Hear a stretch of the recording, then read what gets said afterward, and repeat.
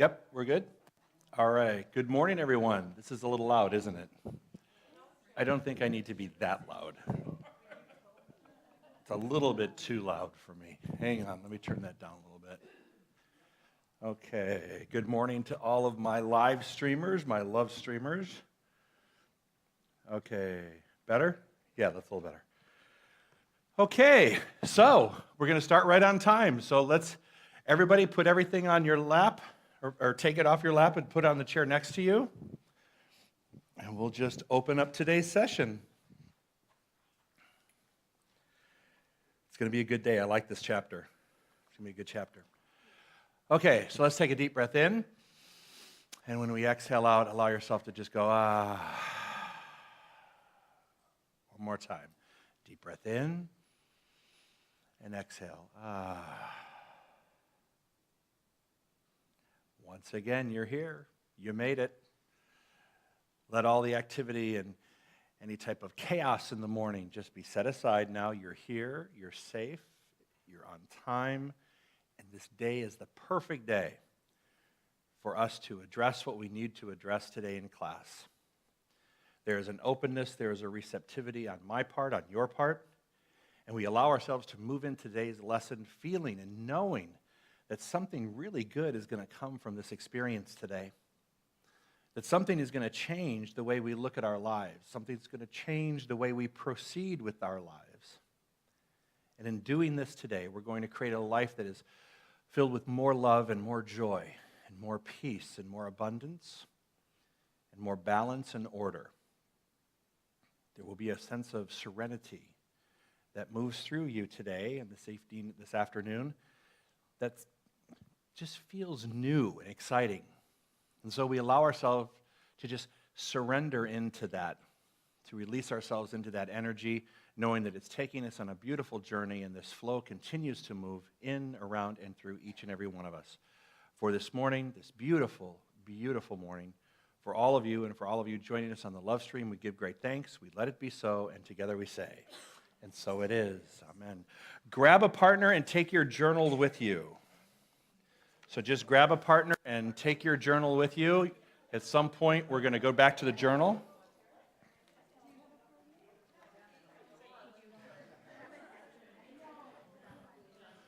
Does anyone need a partner? We got one. All right. So introduce yourself to your partner. Your directions are up on the board, up on the screen. You're going to go through with your partner and talk about how was your daily reading, how did you do in receiving this week. We were supposed to receive all week long. The word was yes, thank you, yes, thank you, yes, thank you. And how did you do on your thank you notes? How did you do on your thank you notes? Did you really send them out? So talk to your partner about some of the notes you sent, and if you didn't send any, find out why you didn't and find out what you can do about it, all right? So let's start with that discussion first, and then we'll go from there.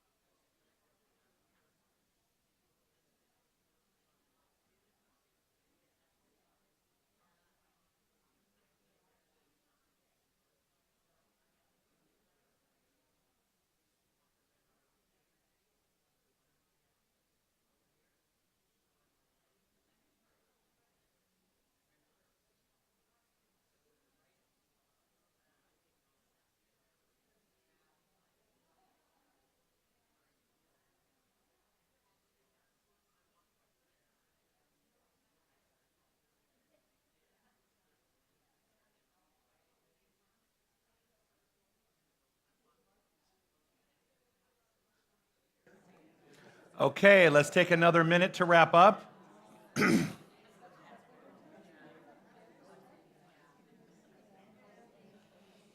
Okay.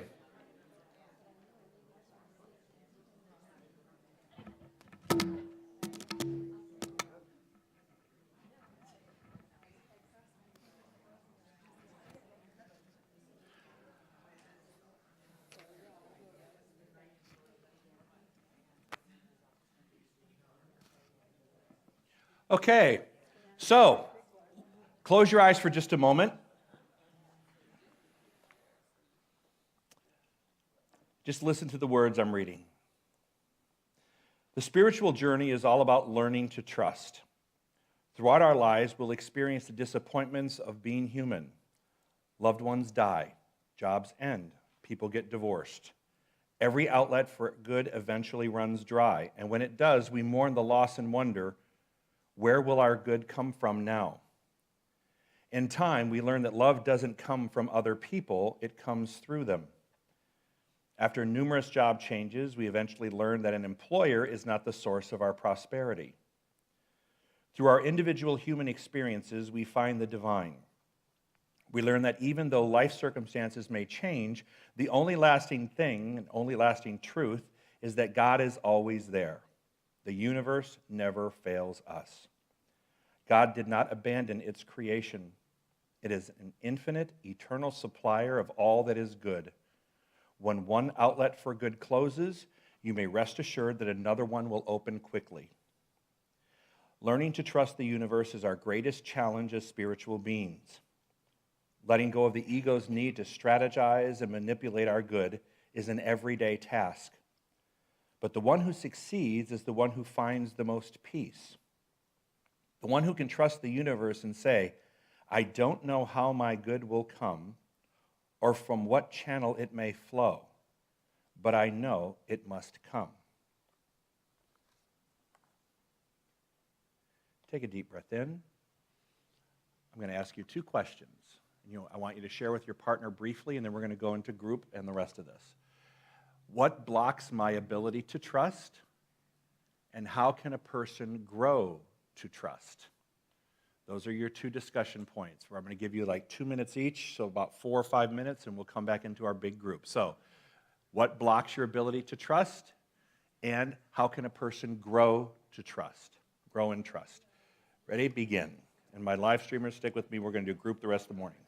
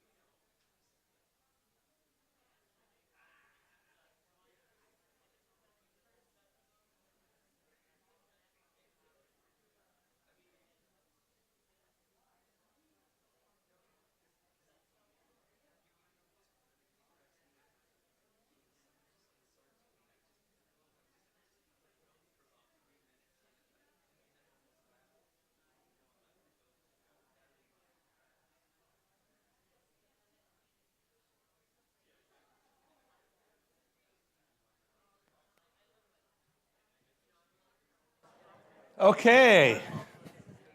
Head on back to your seats and thank your partner.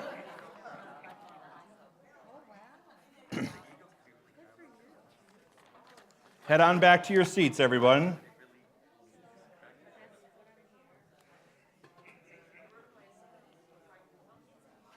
Or not. Or just stay right where you're at. That's okay. I'm good. We can do everything long distance. Just going to make me run longer, further. All right. Let me hand these out. I'm going to be out the PowerPoints for today's lesson. Here you go. Thank you. Yep, you're welcome. 1, 2, 4. You got it? You need a helper? Sure. I'm good. I got it. There you go. All right. Really, y'all don't have to sit there if you want to come up front closer. More than welcome to have people up front where I don't have to feel like I'm on an island doing my work.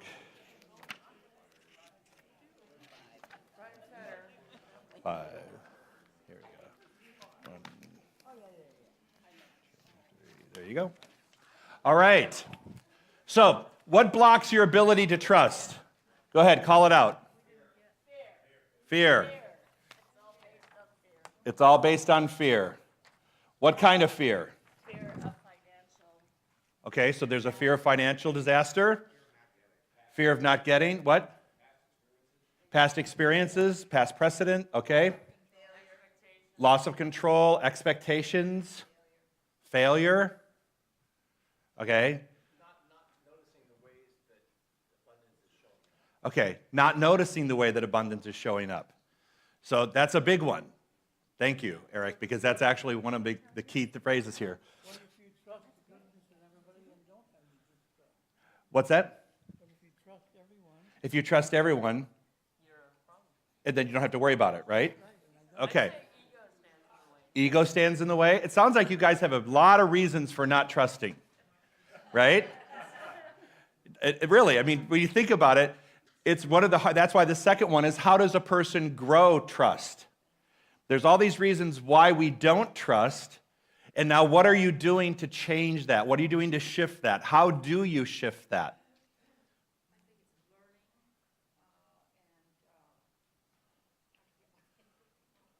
Just Staying with it and learning about whatever it is. okay, staying with it and learning it. I'm gonna being in gratitude. Going to come back to Eric in a minute. Two things.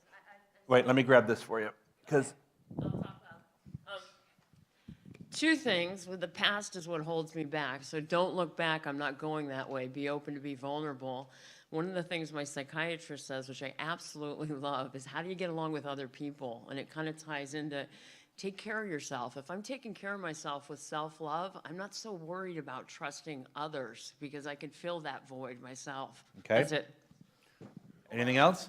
I think let's go back to what Eric was saying. Sometimes when we don't look at the things we have to be grateful for, we can look right over them, look right through them.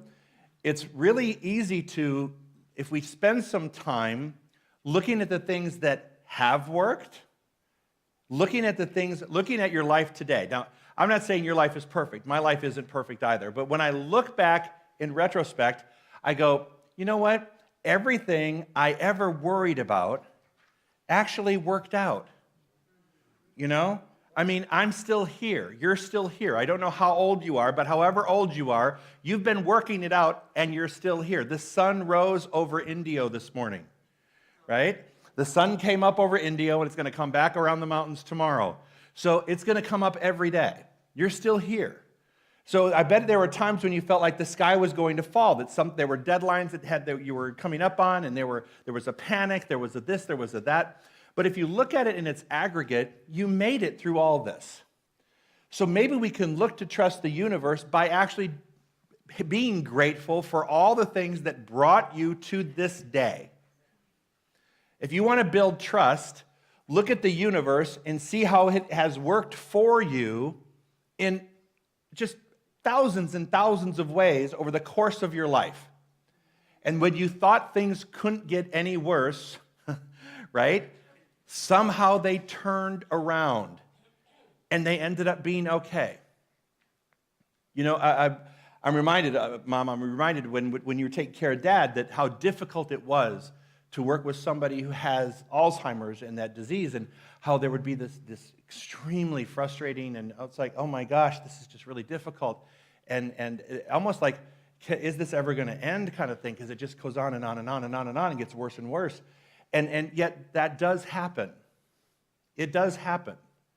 Do you know, I mean, one of the things in the ability to learn to trust, one has to say to themselves, have you ever been in a storm that hasn't stopped? An earthquake that didn't stop shaking? Right? We've all been in situations where the earth is moving under our feet, but it eventually stops moving. The storm does pass. And so if we could trust the universe the way we trust in the universe to do those things, maybe we could start going, okay, before I go into full-blown 911 panic mode, maybe I can downgrade this to like a 311, right? Instead of a 911. Well, instead of going to immediate panic and lack and fear and trust, say, you know what? I'm going to trust the universe. I like in the reading here, the one thing that I underlined in my mind was this. I don't know how my good will come or from what channel it may flow, but I know it must come. Does it say, I hope it comes? Does it say, I'm willing to bargain and negotiate as to how it comes? No, it says, I know it must come. Why? Because when one makes a demand upon the universe conspires and creates it for you. You just have to make the right demand. The problem is when you make a demand out of fear, the manifestation is a manifestation, but with a component of fear with it. Remember that when I'm praying from a fearful place, remember we've done this, how many of you have seen the spiritual pasta maker before? Right? The spiritual pasta maker. We put how we pray. We put the spiritual dough in, right? We put our ideas in. And the purer the idea, the better the pasta at the end. So in other words, a pasta maker just knows how to go yin, yin, yin, yin, yin. You could put a zucchini in it. You could put whatever you want in it. It's just going to know how to make pasta out of whatever you put into it. So remember, if you're putting an idea in that you want to have a manifestation for whatever it is, but in that pasta, so to speak, that spiritual idea, there's a component of fear, it goes into the pasta maker.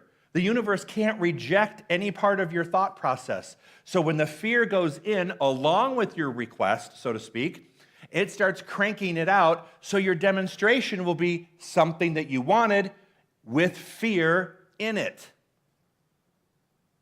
Does that make sense? Because it can't reject. That's just like a color. If I put purple over here onto the white dough and put it in here, it's going to come out lavender, right? It's going to be a part of it. It doesn't mean you're not going to get it. It just means you're never going to get what it is that you fully feel comfortable with, because there's always going to be an element of fear or distrust around it. Does that make sense? So we're our own worst enemies with how we look at this and go, okay, everything I answered in number one now is a part of my decision-making process, and how I pray and how I meditate and how I look at the future of my life. It's tainted with this stuff.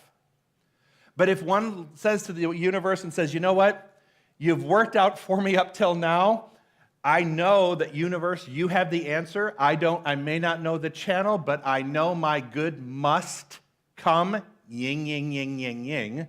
Then I'm going to make sure that what I put in is exactly what I want, without the distrust, without the fear, and without this questioning of whether or not the universe can provide for us or not.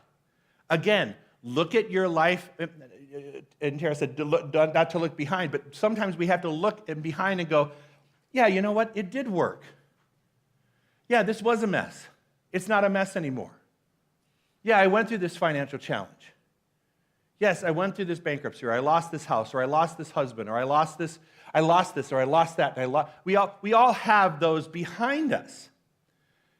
And the key is, now, you made it through those. Now how do you move forward with it without taking all of these things and bagging them up and putting them over your shoulder and trying to go with all of that in tow? Does that make sense?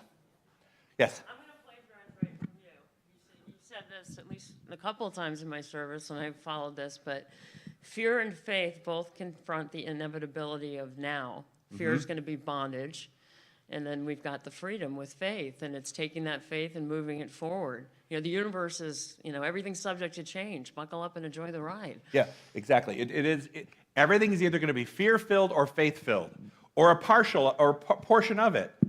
So can you say to yourself, I want you to reflect on this later on today, just kind of when you're hanging out in your mind. I want you to think about, when I pray for something, am I praying from a place of fear that that this has to happen or my life's going to just, suck, right? Or am I coming from a place of faith going, I want my life to improve and these are the qualities I want to have in my life? What's driving your prayer? And I would say this, if fear is driving your prayer, don't pray at that point. Stop and go, how would faith answer this question? Does that make sense? Yolanda, hang on, let me grab the mic for you.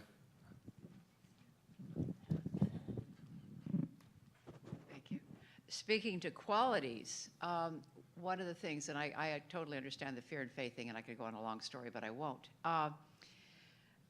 The qualities, we have to be trustworthy in order to have trusting relationships.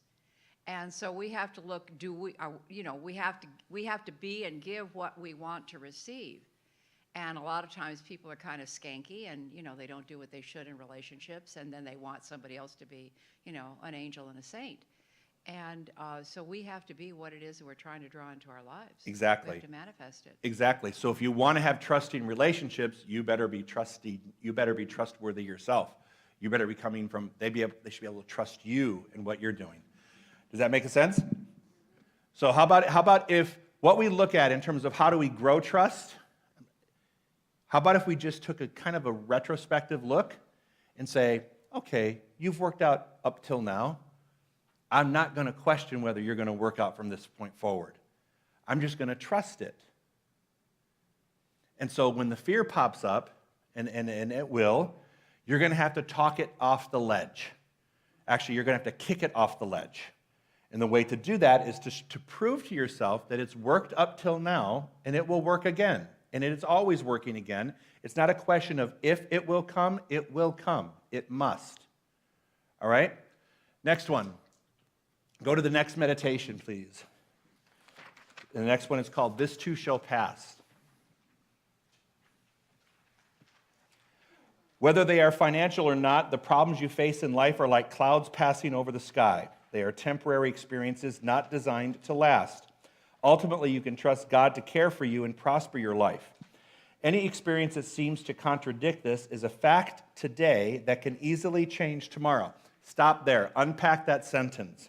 Any experience that seems to contradict that, meaning that it's passing, any experience that contradicts it may be a fact today that can easily change tomorrow. Now, before we go on, if it's a fact today, do you think you're going to change that fact if all you do is stare at it? If you keep the same intention and attention and frequency or vibration or whatever it is, while you're looking at it, do you think it's going to change tomorrow? So keep in mind that if something in your life, it's a fact of your life today, if something is a fact of your life today, then you have to ask yourself, how am I going to change looking at it today so that tomorrow it changes? Because it will not work if you look at the problem today, you stare at it, you think about it all day long.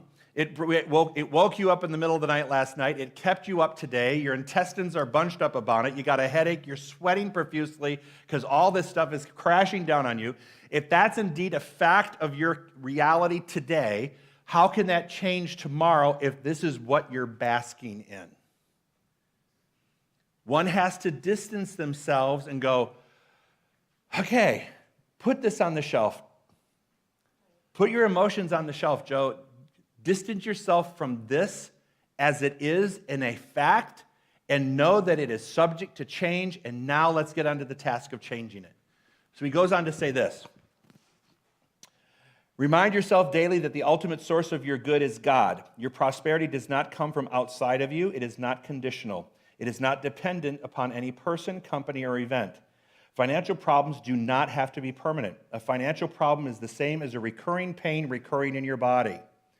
It is trying to get your attention. Give it your loving attention and then take whatever action is necessary to heal it. Just like every other condition in your life, it comes to teach you who you are. You are the power. You control your destiny in life. You are the director and God is the producer. You decide how it will be, and then God fulfills your ideas by causing them to come into fruition. Don't forget that. This chapter, this fourth week, the journal readings are really good. I would recommend that you don't just put this in a pile called classes I've taken. You know, the books that I'm talking about, how you kind of pile them. Oh, yeah, I took that class over there, yeah. No, I would separate these pages and somehow create them in a way that you can remind yourself of this stuff, because this stuff is good stuff. So what blocks our ability to move on? What blocks our ability to move on? Anger. Pat? We do. Insanity. Yeah. Doing the same thing, expecting a different result. Exactly. Doing the same thing over and over and expecting the same result. Yep, expecting a different result. Not trusting. Guilt. That's a big one. All right? How can we grow in resiliency? So if you have these things, resiliency, whenever I think of the word resiliency, I think of an image in my mind, which is the water at the top of the mountain making its way down the mountain, and it meets resistance with rocks, right? A big rock, and it somehow learns to weave its way around the rock, right? It doesn't go through it. It goes around it and continues its journey, right? So in terms of resiliency, how could we be more like the water and less like the rock? So think about that. I want to be more like the water and less like the rock. Chris? When I was writing my obstacles, Uh-huh. I was thinking, like, sometimes you want to teach someone a lesson, or you want that, like, blocking you from Right. lessons. Like, oh, I really want to teach this person. Like, imagine the water wanting to teach the rock a lesson. Yeah, the water wanting to teach the rock the lesson. Yeah, sometimes like, I'm just going to teach them a lesson. Yeah, you wait and see, old big rock. And the rock's going, yeah, sure, bring it on. Just go ahead. Best just to go right around it. You know, and one of the big things is, one of the blocks to resiliency is ego. Because what happens if I do walk around the rock? What would the rock think of me? What would people think of me if I walk around the rock? They think I'm weak because I'm walking around the rock. I'm not walking into it. I'm not walking over it. I'm walking around it. What would people say if they saw me walking around the rock? Who cares? I'm on the other side of the rock. Screw them. Right? I mean, really, the resiliency comes from the fact that how many times have you went around the rock? How many of you tried to go through the rock? Anybody tried to go through a rock before? It's not a pretty experience. You end up emotionally banged up and beaten up, right? You're physically and emotionally exhausted because you're trying to beat up the rock, right? We've all tried that at times to attack the rock. But to what point? You know, what was the point of it? You end up stepping back anyway, and you end up moving around it. And at the end of the day, you end up proving your resiliency, even though now you've been beaten up by it, by the experience. So again, if you know it going in, if you see these things happening, and you can say to yourself, wait, before I attack this rock, what would happen if I just allowed myself to move through the experience? Right? Next one. And think about this. There's this phrase in Scripture, though I walk through the valley of the shadow of death, it says, notice, it says, as I walk through. It doesn't say, as I reside, I build a condo, I set up shop. Does it say that? No, it says, as I walk through the valley, right? And it's just I'm not talking about the death thing, I'm talking about any loss. As I walk through the valley of any loss or challenge, the key is walk through. Does that make sense? We don't spend enough time walking through, we spend more time cussing at the rock. And then we want friends to come look at the rock with us.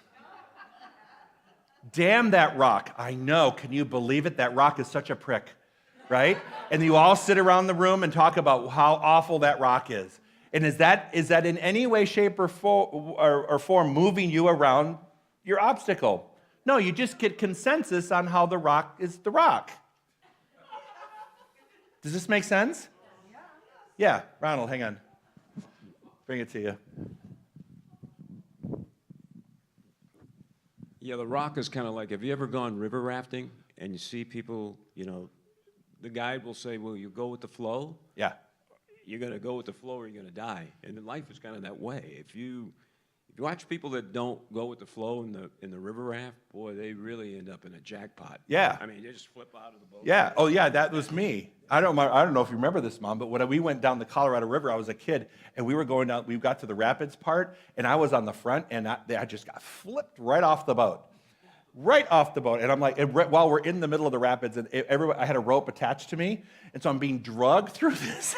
and I just remember the guy, but the guy pulled, rode it over to the side where I jumped back in. But I remember vividly going, oh my God. I remember thinking, oh my God, I'm in the middle of this rapids, and it scared the hell out of me. But you have a choice, The guide took me out of the rapids and set me aside and put me back on the boat, which is actually what this center does here.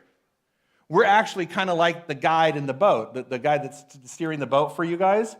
You guys come in the middle of rapids, you sit down, and I kind of bring you over to the side and go, okay, jump back in the boat, you're going to be fine. So it talks about going through. Comment on what it's like to need or want something that life or the universe cannot provide. That's kind of weird that we say, is there stuff that the universe cannot provide?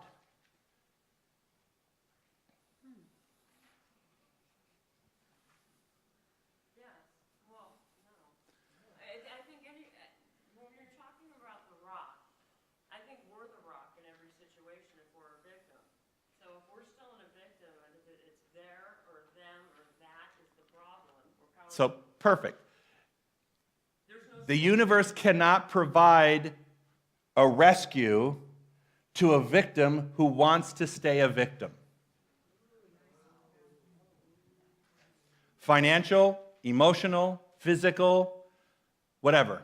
There's 3 spiritual tools: acceptance, forgiveness, and gratitude. Acceptance, forgiveness, gratitude. Don't get ahead of me. We're only on, I got 2 more pages. So the universe cannot provide you a healing in something that you have already said it's not going to heal. As entrenched as you are in the situation will be the level of the ability for the universe not to provide that. In other words, if I am 70% entrenched in my situation, then I got a 30% shot that the universe is going to pull me out because I have already weighted down my demonstration. Remember the old chart, right? When my faith exceeds the fear, a demonstration occurs. As long as my fear exceeds my faith, the condition remains alive. You are the one who rides the scale. Okay? So you are the one who decides how this gets. The universe doesn't decide this. That the power is in your hands. The universe, God, spirit, whatever you want to call it, doesn't dictate this balance thing. You decide how that goes. So when your faith exceeds your fear, the condition will begin to disappear. But it cannot as long as you want to stay in the victim. Now, how do you say, I don't want to stay in a victim mentality? How can you say that? That's just not true. Well, let's examine some behaviors that support victim sustenance, right? All the I am statements, and every time I go to my friends or my coworkers or someone to get consensus on how bad my life is. When I pick up the phone and go, I'm giving my consensus to that pain. Not that we shouldn't be able to articulate it, but if you go gathering people to listen to your story because it occupies your day and your time, chances are pretty good it's going to be really hard for the universe to break through your necessity or need to be that victim. Exactly. How does that work with the idea, we're told that sometimes it's good to get things out, talk it over with somebody? No. Because it does help. You're right, it does. Talk it over with somebody. And then once you told them, and then, no. That's the problem. If you need to articulate something and express your feelings, find that prayer partner that will not sit in judgment and will not support your victim consciousness. Because think about how we do this. Innocently we do this, and you learned this in my 100 class. Innocently we do this. We have a newborn baby who's sick, a little baby, right? And what do we say to the baby that's sick? Oh, you poor baby, you're so sick. I'm so sorry, you're sick. Wow. Talk about spiritual malpractice. Something that we think is so innocent, and yet what are we affirming for that baby? Think about it. It's something that's so innocent. And I did it with Carly. I mean, it's just, oh my God, you poor baby, you feel so bad. I'm so sorry. Poor baby, poor baby. And not healthy baby. Not healthy, happy, healing baby. No, poor baby. We innocently do things. And in friendships, we innocently support people on their pain path, thinking that we're doing them a favor. We can do them a favor by listening, but not in joining and getting onto the pain path with them. Does that make sense? Yes. Yes, it makes sense. Sometimes I think we are doing our friend or our loved one a favor. We listen first, always let them get it out, listen, be sympathetic. But then it comes a point where we're doing this person a favor by saying, you know what, I'm sick of hearing that problem again from you. Get over it. Sound familiar, Mom? When I came out to my mother, those were my exact words. Jolly Roger in Long Beach, California, 1992. Not that I would remember, or 1985, but I would remember that. But I said to my mother, I said, get over it, deal with it, accept it, move on. It is what it is. And she looked at me like, oh, I do. I remember every syllable of that day. That is one thing a gay man always remembers, is the exact dialogue you had when that happened. And I remember saying, it was very curt though, but get over it, you're not gonna understand it, and someday you'll be comfortable, but until you get there, we're just gonna have to go through this process, and it was a painful process. But it's like, you know what? Get over it. Move on. Accept it, deal with it, let's go. It doesn't matter what brought you into this day. It only matters where you go from this day. So it doesn't matter what brought you to this day. It makes no difference. And to be honest, the universe doesn't care. It already knows your story. For those of you who haven't done the praying workshop, I encourage you to go on Saturday with Reverend Laura. She's going to talk to you. You don't need to tell the universe your story in a prayer. It knows. It's been there the whole time. You don't have to sit there and go, oh, God, I'm so miserable because so-and-so did such and such to me. And no, not even. All right? All right, moving right along. Here we go. I have value on page 82. The key to creating a prosperous life is knowing your worth. Understanding your value creates a receptive state of mind that draws to itself rich compensation. Those who devalue their ideas, contributions, or gifts are not in touch with their true inner worth and ultimately cannot live prosperous lives. You are not valuable because of what you've done or how much you own. You are not valuable because of your education or station in life. You are valuable because you have an inner genius, a spirit that has specialized itself in the unique person you are. Your value comes from God in you. Be kind to yourself as you go through changes. Be patient as you learn new things. You don't have to do everything right the first time. You are growing in your awareness of the value you possess, so give yourself a break. Don't say harsh things to yourself and make quick judgments. Never diminish your contribution. Never deface God's perfect creation. Say to yourself, I accept my own power and I know how to use it. I accept my own worth and I understand its value. I accept my own potential and I am willing to explore new ways to tap it. I accept my own love and I give it freely. Another excellent meditation. All right? So, what are some of the values of being a perfectionist and what are some of the setbacks? So, for those people who are perfectionists, what value does it have to be a perfectionist? And also, can that hurt you when you're a perfectionist? Anybody? You try to make something perfect on the first go around, it's not necessary. As a writer, I just write and then I coach people and I say, just get your thoughts down and go back and edit. Don't try to make it perfect as you're doing it. Right, exactly. Don't try to make it perfect. So a perfectionist wants to make it perfect the first draft. And while maybe some can, the deeper meanings come through when you actually read through it and change it because of the way it's read back, so to speak. So you have to have the ability to say, you know what, I don't have to be perfect out of the gate. I have to give it my best shot. I give it my best shot. I don't do anything less than my best the first time I go through it, but certainly it's going to be a multiple effort idea. I mean, you just don't go through life once. Yes? I am a perfectionist and also suffer from OCD.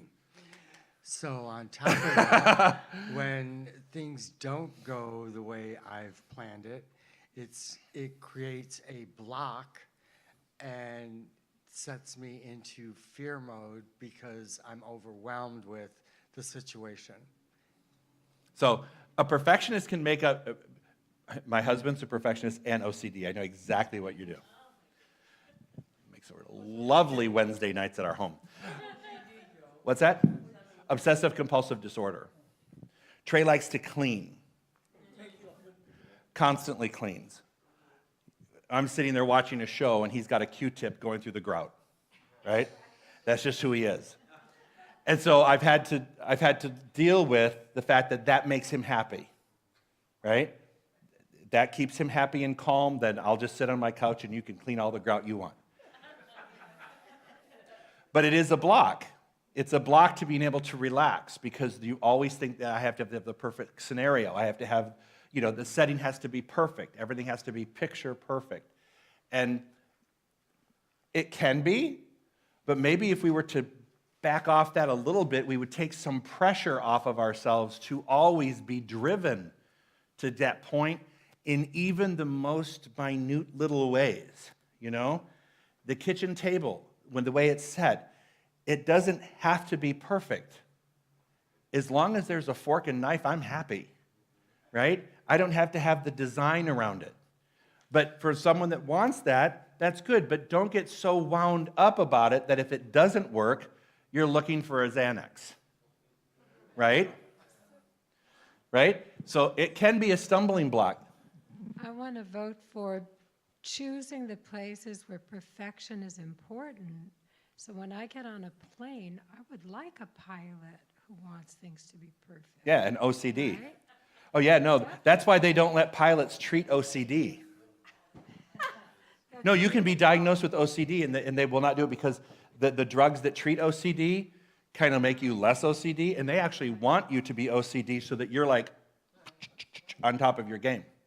So it's kind of strange that is this, yeah. In my own life, I Yeah. had to choose places to. Yeah, we choose places. Okay, so let's talk about that. What if we chose the places where it's really, really important? You know? I am one of those people who can go to work or leave the house and my desk can be a little bit messy. You know, I'll come back to it.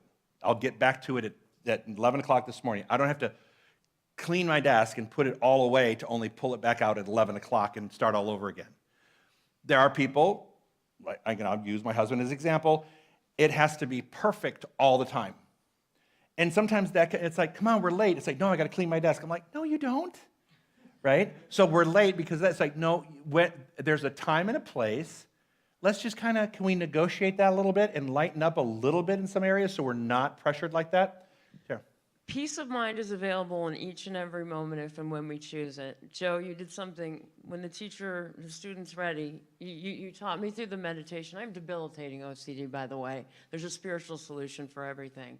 You taught me with the meditation I could leave that stuff out the door. Mm-hmm. I'd wake up on a freight train, do this, I'm Trey. You know what? I had to learn through the mental diet. That was the ultimate test. The mental diet. Every single problem with Yeah. surveys. So interesting, the word mental diet. Is that what you said? Mental diet, got 50 to 80,000 thoughts a day. You got to practice humility. I've said some God all day. I'm in prayer. That's what I do now. It works. William. One of the setbacks of perfectionism for me is it blocks the flow, because as I'm judging myself and my worth based on what I'm doing or not doing, I can't help but judge others. Right. Yeah, and sometimes we look at it, so I suffer from perfectionism in terms of, it bothers me that sometimes my slides aren't right, even though I've gone through them like 10 times and I have other people go through them, and I'm like, how did that get by? And I feel like, wait, I'm going to be judged if it's not perfect. So we feel like we're going to be judged if it's not perfect. So it absolutely does have an effect on the flow. How does society condition us to measure our value? How does society condition us to measure our value? Judging, shaming, blaming, criticizing. Why should you care what other people think? What's that? Why should you care? Accomplishments, education. The question, what's that? We're conditioned from birth. We're conditioned. Good girl, bad boy. Good girl, bad girl, good boy, bad boy. We're conditioned right early on. External measurements. How about measurements based on gender? Don't you think that's really one? You know? My favorite movie, I tell you, Hidden Figures, right?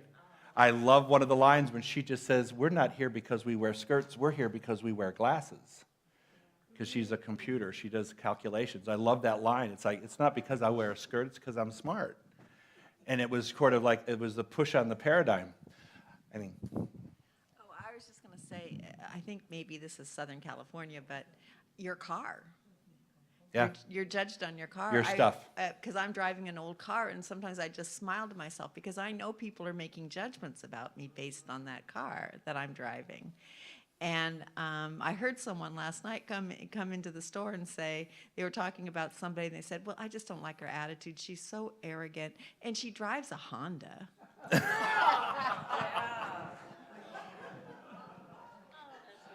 Yikes. Yeah, that's not good, huh? So society has a lot to do with that, right? How we create our value. Do you think we undervalue ourselves? Yeah. There's a real good comeback.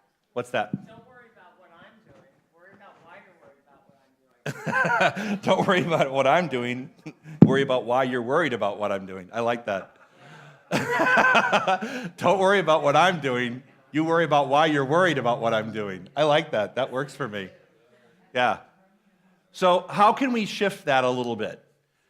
You know what? We're not going to fix things overnight, but how can I shift them a little bit today? How can we shift just a little bit?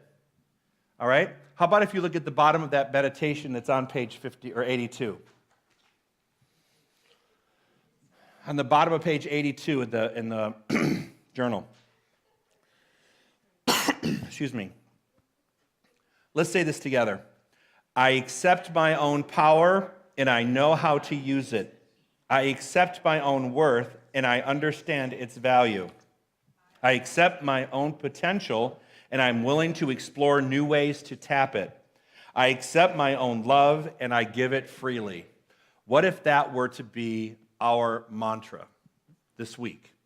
In other words, when we're looking at our self-worth, when we're looking at the way we value ourselves, we go back to this and we say this to ourselves several times a day.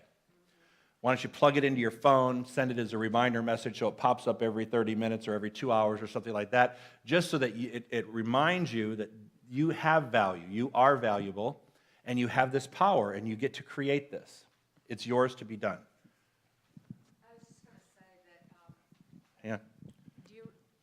I was just going to say, do you remember that your dad and I gave Stephanie, that's our granddaughter, that little thing, and Yeah. she put it on her mirror, and she had that on her mirror for years. Yep. I got it from church, I think, at some point. It says, I am a very valuable, worthwhile person. Who I am makes a difference in the world. And boy, she really embodied that, and she is. Yeah. She really is making a big difference right now. But Yeah. she looked at that every day. She put it on her mirror every day. So how do you put that in your landline phone? Yeah, you can't do that on a landline phone. You just have to write it out. Put it on a sticky sheet. Last one, then we'll I took move the cards from here. I am love, I am Yep. inspiring, and I made a little collage of them and in. laminated them. They're the ones we hand out during Gay Pride on the parade. We have thousands of these cards that we hand out during Gay Pride. I'll be there. You know, I am love, I am power, I am joy, and then it has our logo and our information on the back. All right, here we go. Moving right along. Open your life to newness. All right, so I'm going to read it first, and then we'll go into it. Abundance in personal relationships is about releasing past hurts and resentments. It means opening your life to new people and feeling a closer connection to the people who are already around you. It may show up as a strong sense of community, like feeling a part of your church family. Abundance in career or self-expression means you have work that not only fills your pocketbook, but also satisfies your soul.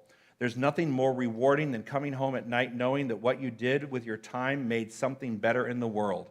Every area of your life can be touched by abundance. When we pray for abundance, don't limit your thinking to one area. Open your whole life to God's richness and accept the full blessing that awaits your claim. So, we're going to do a quick partner. Grab your partner again. This is going to be a partner one. So just grab your partner or grab a partner. Yolanda needs a partner. Someone's back there. If you need a partner, raise your hand.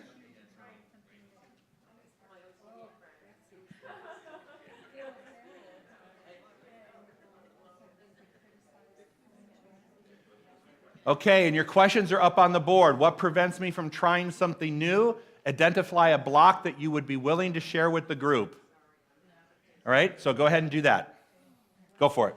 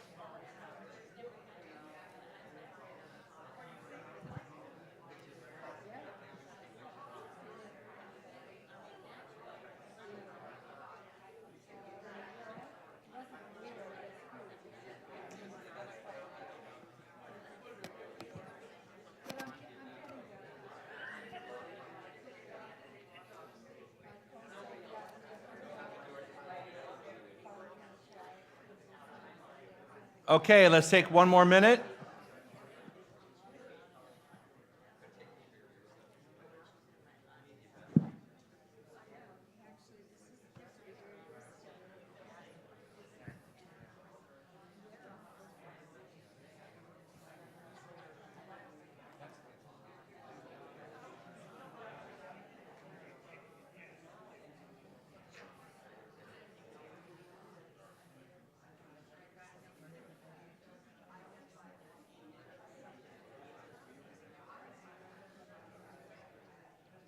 All right. So let me have your attention up here for a moment. So let's share what prevents you from starting something new? What prevents you from trying, Ronald? I like my routine. I don't want to break from my routine. You like your routine, you're comfortable in your routine. Anybody else? Fear of failure. Eric? Forgetting that you'll be able to come to be able to do it by doing it, right? Got it. Inconvenience and uncomfortability. Inconvenience and being uncomfortable. You perceive it's going to take a lot of work. Yeah, it's going to take a lot of work to get there. Not quite sure I'm vested in that amount of work. Yeah, exactly. Not necessarily need to run a 25-mile marathon. Okay, anybody else? Okay, so I want you to do something for me. I want you to put your arms over your head, just kind of like this. Open your hands up like this. All right. What I want you to pretend that you have a block.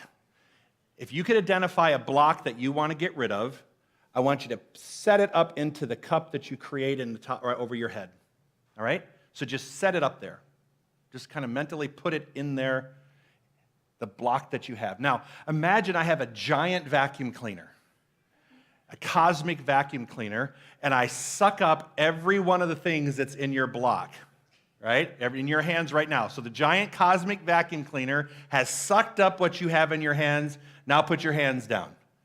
Now, what would your life be like if you didn't have that block? It's gone. It's disappeared. You no longer have it. What does that feel like? What are you doing? You feel relief. Freedom? Freedom, peace? What's that?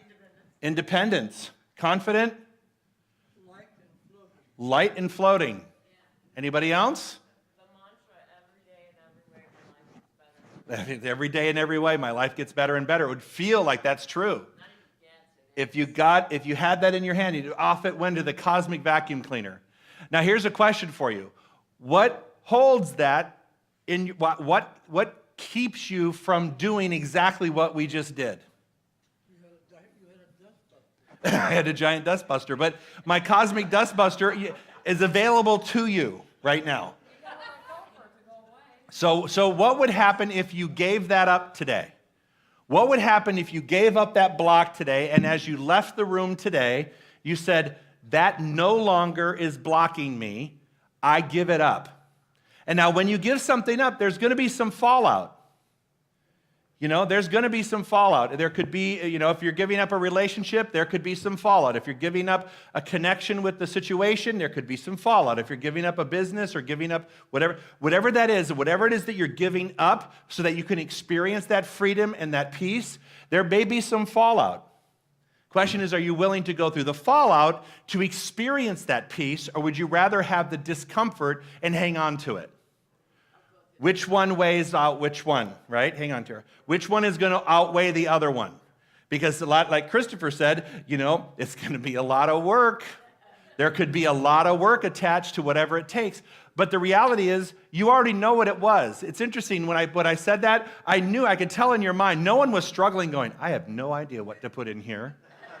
I don't think one person, I think you struggled to put which ones you wanted to put in there.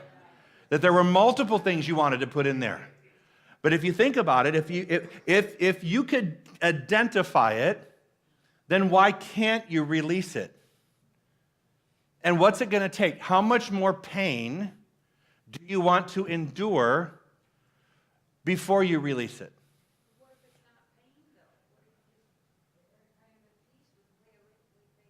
Well, well, good for you. Then you know what? Then hell, I want to be you. But if it's causing if the block is causing you pain, it's causing you discomfort or causing you your peace of mind, if there's a cost to that, then you have to look at how much more coin am I willing to spend, my physical, financial, emotional, or physical coin am I going to spend holding that block in place? How much more of my life am I going to invest in a block? Not a flow, but a block. And it could be that you've had an argument with someone and you rinse at them, you're angry with them, right? That could be one thing that you have to work on right there. How long am I going to let it block my flow? When you release the block, you allow flow. So we're just talking about what's the block you need to release. You know what that is, so now you know what's blocking your flow. Ta-da! How easy was that? And now the problem is there's a lot of fallout that comes from that knowledge. There's a lot of residual that comes from that. You're like, it's easy and trite to kind of dance in and say, hey, now you found your block. Yay, now you found the reason why you don't have flow in your life. You just put it above your head. And you did it so easily and it came to you so quickly. It didn't take years and years of therapy. It didn't cost you a thing because this class is free. It cost you your time and an awareness. That's all it was. But now that you know, now what do you do about it? Yeah. Two things, the mental equivalent, three things actually, Emmett Fox. The idea of surrender is giving up, not giving up, but letting go, with whatever it is, it's a relationship or something like that. It's that letting go period. And what was the other thing? Oh no, I forgot. It'll come back to you. All right, let's go on to the next one. So now you have homework. Oh, changing your mind and keeping it changed. Changing your mind and keeping it changed. That's going to be your challenge on this one. All right, here we go. Next one, page 102. We're going to do two more of these, then we're going to take our break.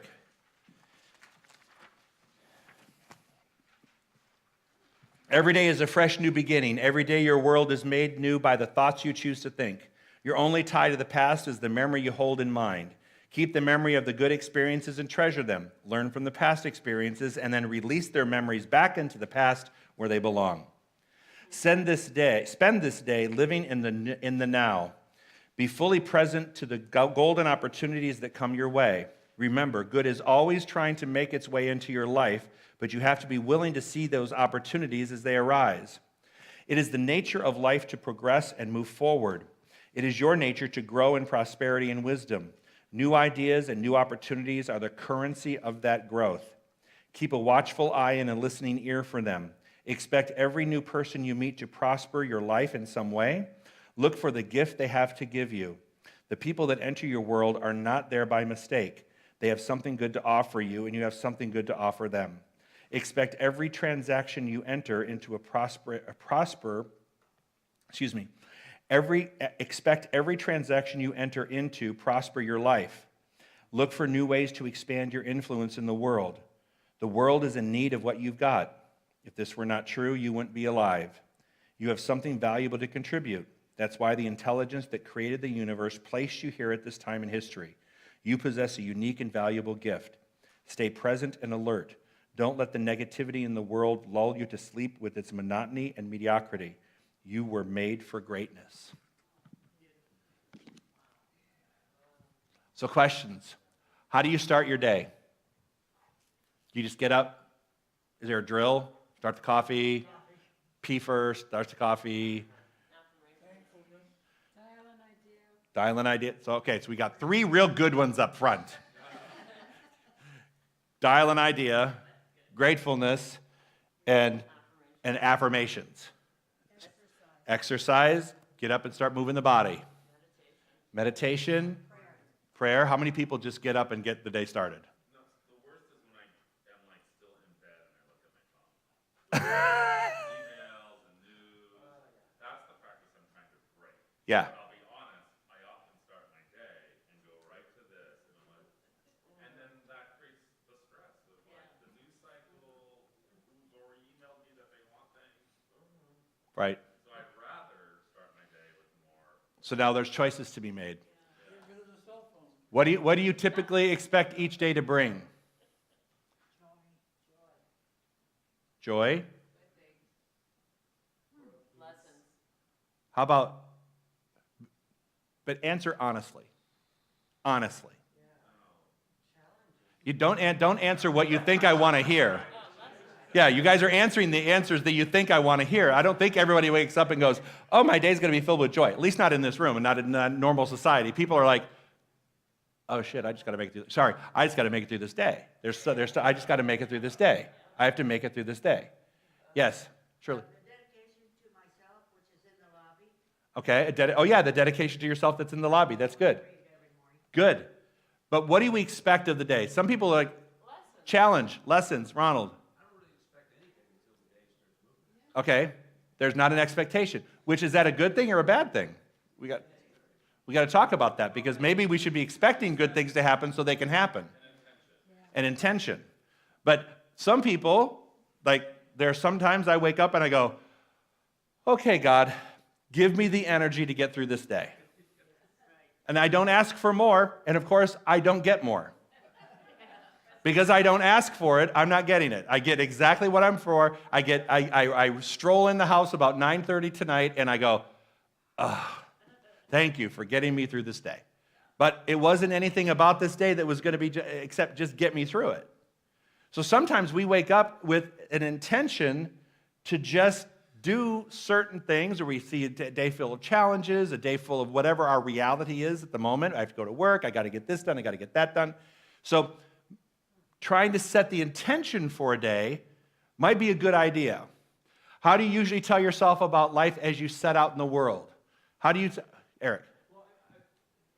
Hang on. Those questions. I mean, I honestly expect to grow and learn every day. I mean, I have that sort of orientation toward life. What I'm trying to get better at is setting an intention of growing and learning gently and peacefully and joyfully, rather than learning through hard knocks. Okay. You know, because I mean, I've grown through everything I've been through in life, and I feel like I've become more integrated. I've had a deeper connection to life as a result of all the lessons. But I've put myself in the position at times of, you know, learning them the hard way, and I'm open to learning them in a gentle way now. So that's a good thing. That's a good delineation to make. How are you going to learn what you need to learn? Does it have to come through pain, or can it come through, you know, a joyful experience? So it's not just setting the intention, it's how the intention is going to unfold. Because if I set the intention that I want to experience that, and I don't kind of lay out that I want it to come from a positive situation, is what I'm telling the universe is just teach me the lesson, have me expand, but it might do it in a way that I'm not liking. So I need to be very specific with the universe and I make that claim. What do you typically hope will happen as you set out in the world? I just did that one. Consider again, how would I show up in the world if I started each day new, free from the blocks? So now, consider what we just talked about, how you would start your day.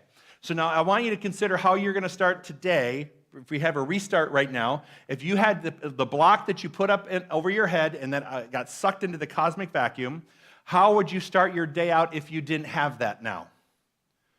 How would you start your day out if you did not have that block in your life anymore? How will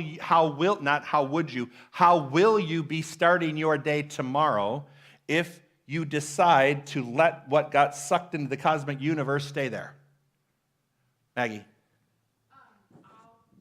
get out there with my neighbors and expect that they're going to say more than hello. Okay, you're going to get out there and, of course, you're making an expectation for someone else to bring you happiness, so that's dangerous. Okay. No, I applaud your effort to put yourself in the situation, but don't just limit it to that situation. Maybe it's not just the neighbors that need to say hello. Maybe there's a study group you can pop into. Maybe there's a breakfast club that meets. Maybe there's some way you can network into a group of people that would be engaging in this process instead of just having it limited to your neighborhood. So in other words, what you said to the universe, I want to have a more social experience and connect with people.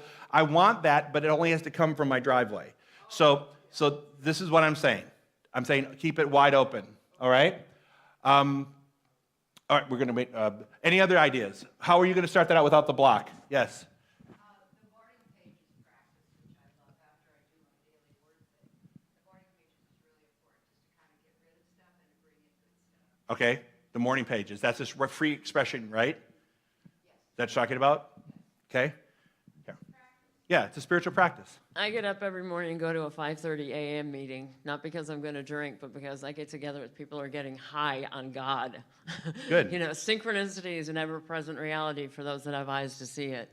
Good.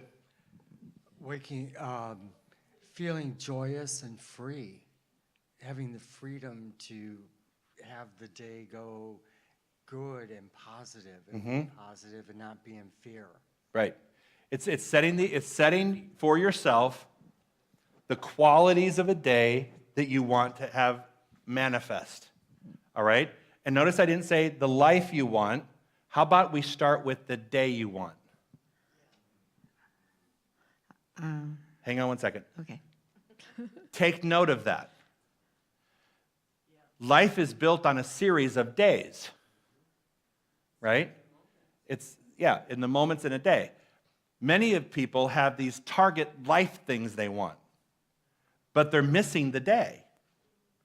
And so they're not happy in the day until they hit the target, but what they don't realize is if I work toward my target today, just one little step, one part of it, one day at a time, I can still be happy in this day.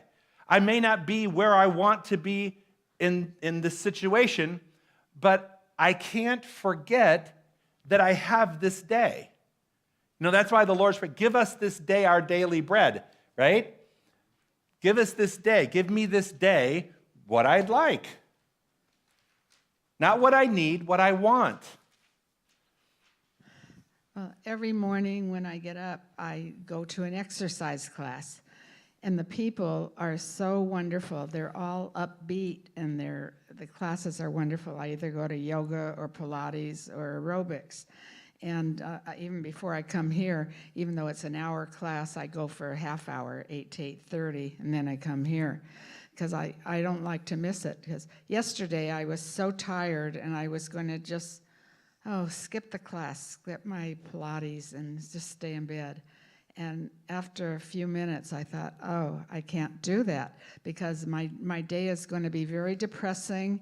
And when I got up and I went to that class, I was so glad I went, and my whole day just went beautifully. It was just fantastic. Sometimes we have to force ourselves out of a conversation that we're having to downgrade our day. Sometimes we have to force ourselves to have that conversation because we're already downgrading our day from the moment we get up. So we have to learn to not go into that conversation, or we have to have that conversation, but the right thing prevails, which is get your butt out of bed and get going. I love my bed. I love my bed. We have worked on it so hard to get the right texture, the right sheets, the right blanket, the right pillow. I mean, I have spent years perfecting that bed, and I love my bed. I love my bed. And there are moments that I think, I could just spend the entire day in my bed. It would be heaven to do that the whole day. I shouldn't say that because but it would just be so nice because I love my bed. And so it is a really challenging conversation to say, get your butt out of this butter. And get to work, or go to the gym and go get on the treadmill and go work out and do your thing. But the choice later on in the day, I usually, like you, I regret making that choice because I talked myself out of doing something healthy or productive or something that I really wanted to do for the sake of just enjoying the butter. Does that make sense? So have that conversation with yourself.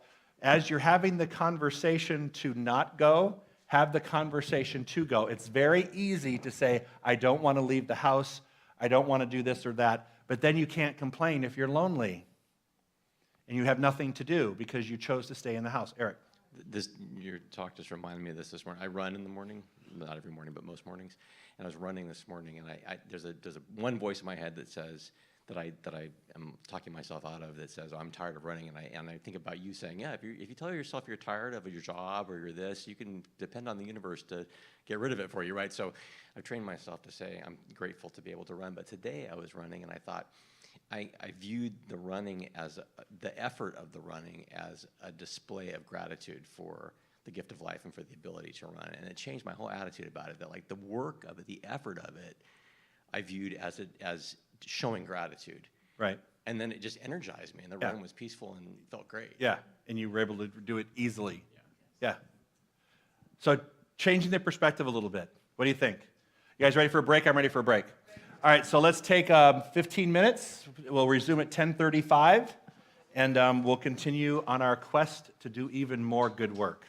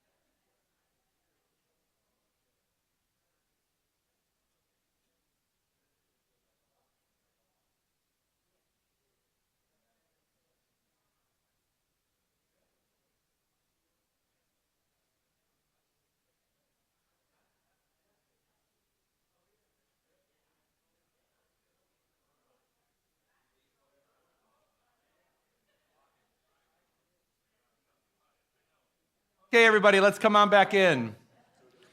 Let's get started.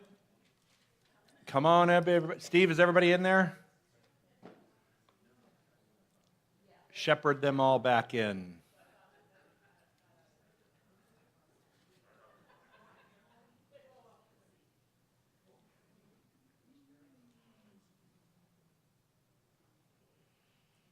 All right, let's go into living with integrity. Just close your eyes just a moment. Living with integrity means doing what you say you're going to do. It means actually taking action toward your highest vision, not just talking about it. To live a prosperous life, you have to honor your commitment to yourself and move forward boldly. You can't wait for prosperity to be delivered to your door. You must do what you say, then go out the door and pursue it by following your best ideas. Nobody likes a hypocrite. We are quick to point out the person who says one thing and yet does another. We don't like it when people's actions don't support their words. If you say you want to live more prosperously, how do your actions support your words? What action can you take today toward your highest vision?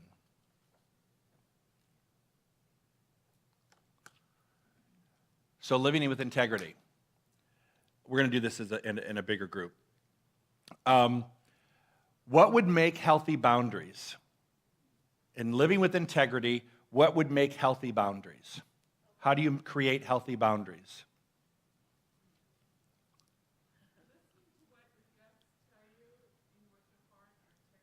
Okay, listen to what your intuition's telling you, what your gut's telling you. What else? I would suggest that healthy boundaries require two people's consent, right? It's hard for you to set up a boundary, and then if someone doesn't agree to it and they keep stepping over it, how will you deal with that? So you can set up a healthy boundary, but if the other person's not agreeing to it or concurring with it, not that you're going to have 100% concurrence at all times, but how will you deal with it when someone encroaches and steps over your boundary? I also feel that boundary. Oh, sorry, my bad. I didn't turn it on. Go for it. I also believe that boundary has to be somewhat equal between the two parties. It can be, if the other person's always willing to agree to that. And many times, the person who feels more vulnerable may be less likely to agree to a boundary. All right, Chris? I think the most important thing about boundaries, it needs to be communicated. Yeah. Yeah, the most important thing about a boundary is that it needs to be communicated. Yeah, yeah. If you set up a boundary and don't tell the other person, like, say what? Yeah. That's good, Chris. I like that. Can you go back? What did you say? The person who may feel most vulnerable may not be willing to move into a situation that has boundaries. Okay?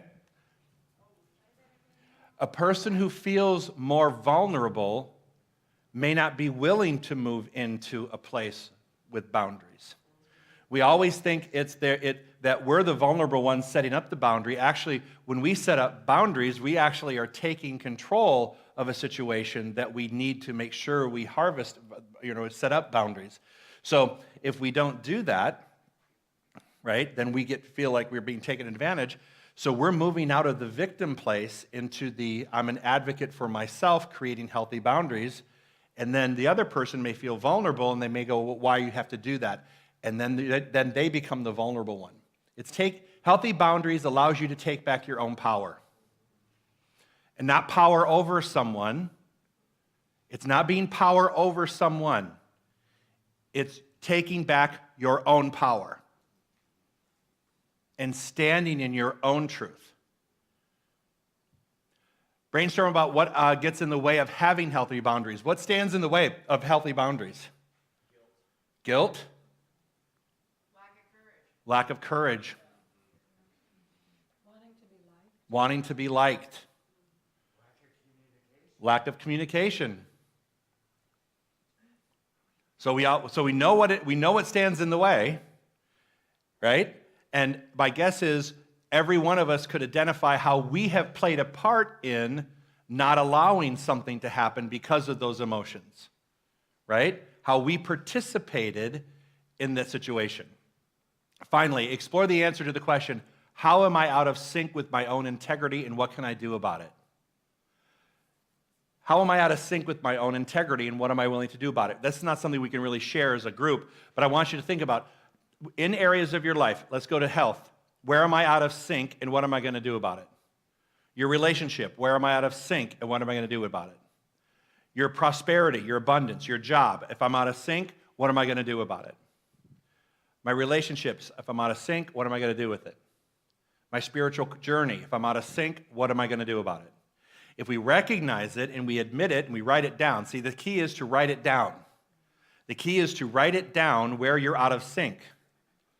And you can write down, I'm out of sync when it comes to health, and here's why. I'm out of sync to my relationships, and here's why. I'm out of sync with my prosperity, and I don't know what to do about that. But by writing it down, it stops the swirl. Does anybody suffer from swirl? Right? The swirling head goes around and around and around and around and around and around, and all day long it goes around and around and around. But there's something about when you actually take something and put pen to paper and actually start writing it down, that it starts directing the universe to solve the problem. Otherwise, it swirls with your swirl. If the universe is a mirror image of our minds and our minds are swirling, then you can expect that your life will continue to swirl. So, in order to stop the swirl, we have to stop the process by just taking time to start writing it down. What is that going to look like? All right? All right, moving on. No, just write down what the problem is, and then we're going to talk about what to do next with the prayer work. Because what you have there, what you write down that's out of sync, the answer to that is already known in the mind of God. You just have to make sure you're doing your prayer work then to be open and receptive to the answer that will give you clarity around this particular subject matter. Does that make sense? So when you do your prayer and you do your affirmations throughout the day, it's praying with the knowledge that this has now resolved, with a D, resolved itself, and the answers are already known in the mind of God, making their way into my life experience now. So the swirl can stop. You can stop swirling about the problem and start seeking out and looking for the answers which are presenting themselves. Does that make sense? Yeah? Okay. We already did that. Forgiveness, page 29. Grab your workbook. We're out of the journal now. We're moving into the workbook.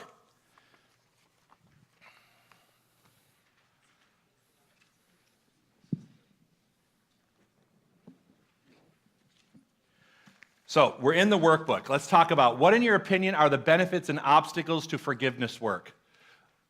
What are some of the benefits and some of the obstacles that you experience when it comes to forgiveness? Bruce. The most mind-blowing thing that I got from that was it releases my fear. Okay? So one of the benefits is that it releases your fear. Give me some more benefits and obstacles to forgiveness work. Yes, Alice. Peace of mind. Peace of mind. What are some obstacles? They don't deserve it. Anger. How about I'm not ready yet? Does anyone ever have that one? I'm not ready to forgive them yet? Too soon. Too soon. Right? Yes, sometimes. Jean Marie, go ahead. Sometimes I'm in a situation with that right now, and sometimes I want to say, you know what? To myself, I'm saying that's not to the person. I don't want to forgive you. I'm going to indulge myself right now in not forgiving you. I'm going to hang on to this for a little bit more. And how does that work for you? Knowing deep down inside, I will come around because I always do. For Okay. 28 years, I've come around. So Got I it. guess I'm going to come around again. Okay. But sometimes I just like to say, I'm not ready. You just want to be mad as hell and just stick with it Yes. for a minute. Okay. Yeah, okay, I get it. I'm mad as hell. I'm not going to take it anymore. Well, at least for an hour. I'm gonna stand in my ground until I'm ready to do it. Now, you do understand, and we all know this, that when we have places that are not being forgiven, areas of our life where we need to practice forgiveness, and we're not, we do understand that what we've done is put a new block to our flow. So when you make a decision like that, and I honor that because I've been in the same situation myself, but when you make a decision like that, you need to say, I understand that I'm stepping out of the flow, not just on this subject matter. Because the universe doesn't delineate that. It just says good and not good, right? So if you decide to step in and hold on to something, you're stepping out of the flow for your health, for your prosperity, for your relationship, for everything. You're either in the flow or you're not, right? Because if you decide to exercise that non-forgiveness, and I understand that, you can't just have one foot going down the river unless you have a removable foot. Right? You can't just be halfway in. It's you're in or you're out. Go ahead, Eric. One of the things that came up for me in working through this exercise was, I know, of course, we talk about a lot how forgiving frees the forgiver, but also I reflected on how not forgiving sends an intention out to the person that you're not forgiving that they are defined by their past action. It's sort of like sending an intention to them that they have to stay trapped in their past. But I certainly don't want to stay trapped in my past. I don't want to be defined by bad choices I've made in the past that have, hurt people. And I think about, what I would want from somebody who felt hurt by me. I would want them to be open to my growing beyond that and becoming more than that, right? Okay. And if I don't forgive somebody else, it's like I'm sending them a message that they should stay trapped in who they were back then. Right. So not only do you stay in jail, they stay in jail. Right. Got it. Eileen, go ahead. Well, what came up for me is that from my life experience, I think that there are some things that are unforgivable. But I don't think about it. It's not part of my everyday. I don't wake up with it for this one person in my life. I never think about it. I think about the person that they harmed with love every day. But I don't think about this other person or the act every day. But I do think that it's unforgivable. Okay. So how about could we reframe that in such a way that you are no longer looking at it as an unforgivable act, but you forgive yourself for hanging on to your unforgiveness? Let me go for it again. It's not necessarily about you forgiving someone for an act, okay? You're forgiving yourself for hanging on to this situation that you deem unforgivable. Because truthfully, no matter how you want to couch it, from a spiritual perspective only, any area that we do not exercise forgiveness will set up blocks in our life. You're not saying what they did is right. You're not saying what they did was wrong. You're not saying anything about the occurrence or the situation. What you're doing is you're taking the keys to your future flow and saying, I want out of this jail because I don't belong here. That is in my past. I forgive myself for having hung on to this long, and now it's time for me to move on. It's an act that you do for yourself, not for the other person. Forgiveness is because you want to move on. Eric talked about the other person being able to move on, but if that's not possible in a situation, you just need to say, I have to get out of this jail because it still resides in your subconscious. And in the absence of conscious activity, your subconscious rules and dictates how your life unfolds. So any areas that we harbor that anger or resentment or non-forgiveness, that's going to pop up for us. It's just a spiritual truth. I mean, it's a spiritual reality. Now, you may not see it like that, but I bet there are areas of your life that have felt blocked and you didn't know why. Maybe you can come back and go, wait a minute, I've got to go back to the different, in my Father's house are many mansions, right? I have to go back to the different rooms, and I have to make sure that I've cleaned up my rooms the best I can. That doesn't mean they're right, doesn't mean they're wrong, doesn't mean anything, because it doesn't matter. It's in my past. What matters to me is that I get out of the room. And that's what lets me leave the room. Take it for what you will. Can I ask something? Yeah. This came to me while you were speaking. When we do the meditation, sometimes you'll see there's a basket and you can just throw things into it, okay? and maybe this is a little obscure, but I'll get there. Some acts, maybe not unforgivable, but unacceptable morally. Okay, child abuse is Unacceptable. not acceptable. Is there a basket for those things that we can throw them in so they're no longer in our life, but there's still a discernment that they're unacceptable acts? Forgive them, for they know not what they do. Okay. Jesus set a really good example by saying, forgive them, for they know not what they do. They don't know the harm that they're inflicting. It is an unacceptable behavior, but it's not unforgivable. It's unacceptable. Right? And I have to detach myself from that, because if I don't, then I'm practicing the unforgiveness, the very thing that I need in my world to move forward without having those blocks. So unacceptable is okay, right? And literally, I hate to say it, but that's how you have to go back. Jesus set the example when he said, forgive them, for they know not what they do. They were killing him for speaking his truth, right? But forgive them because they don't know what they're doing. Same thing here. Now you could say, well, they knew what they were doing. They didn't know, and they didn't accept that what they were doing was going to have such a huge impact on this individual. It was very selfish of them to do it. So that is unacceptable. That was using the law for wrong purposes. It was using the same law for good for bad, right? So it was a misuse of the law, misuse that is unacceptable.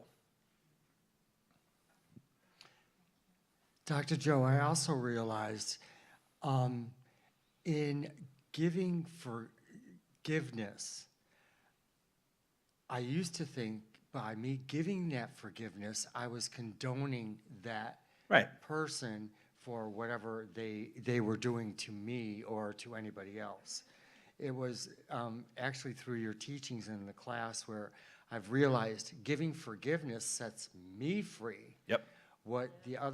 I don't have to worry about the other person. Yeah, they're going to work out their karma. They're going to work out their cause and effect. Yes. Please hand over to Scott there. I was just going to refer to the Course in Miracles talks about your willingness. You have to have a willingness to see something different. Yep. You know, I don't know what it is, but I'm willing. You know, that willingness takes some time, but that's a big deal to have the willingness. Yeah. To see something. Look at some of the examples that we see on TV and on the news. We see families whose children were murdered for no reason, gunshot wounds, just for moving in a movie theater. And they sit up at the trial and they say, we forgive you because we don't want to be held captive by this. Now, they don't condone the act. They're mad as hell about the act, and you have every right to say this is unacceptable. But the forgiveness, now that person has to live with that idea that, oh my God, I was forgiven for that. Now, how do you think the worthiness conversation comes up in their own mind? But that's not mine to have. But just so you know, that's like the universe works it out its way. Can you pass it down for me? And then we're going to move on to the next one. If I can't forgive others, how can I forgive myself? It's like the judge, you're the shamer, blamer, criticizer when the finger's out. So it gives us a chance. I got to forgive myself when I get out of bed. The committee's waiting. Yeah. Yeah, no, I get it. No, I totally get that. And all right, so what does it mean if you find you're not able to forgive someone? We just discussed that. That when you do that, it's not to saying you're a bad person by being held by that, but understand that you are holding the block to your good. And we volunteer to hold it. And I mean, I have areas of my life I feel the same way. I'm not perfect in that. I'm not perfect in any of this. I'm working with you guys as well. There's certain things you're like, oh my God, how do I forgive this? How do I, we have that old thing, forgive and forget. But we never forget. But we do have to exercise forgiveness because if we don't, I'm going to be held in jail. Next thing, page forgiveness. What is it not a good idea to push through forgiveness? When is it not a good idea to push through forgiveness? You know what I'm talking about? You can't force it. It has to come to a point where you just know that it has to be done, Yes, exactly, Yolanda. Just forgiveness, forcing grief and forcing forgiveness fall into the same category. You can't force them. You have to come to it on your own. And no two people are going to be the same. So because one person can forgive and the other person can't, doesn't mean that one person's doing the right thing and one person's doing the wrong thing. It's just the process by which, like Jean Marie was saying, the process by which people come to at different places, at different times. But Jean Marie knows there's a cost to holding on to it. It's temporary, but it's a temporary coin you hold. Yeah, because it's hurting you. Yeah, set the intention of the moving forward part of it. You know, it's in the past, it happened, I can't change that.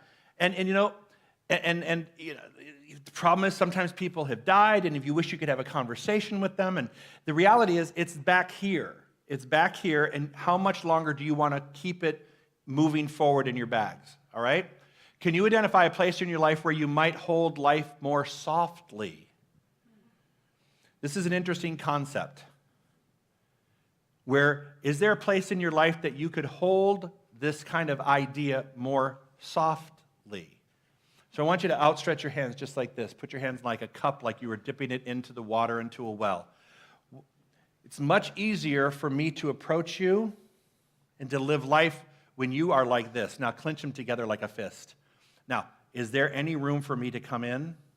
Is there any room for you or anyone else to come in? So the act of forgiveness and living softly is the act of opening your hand back up again and allowing all your good to flow through you, you know, knowing that there's not a limited supply, but this supply will continue to flow through you. Does that make sense?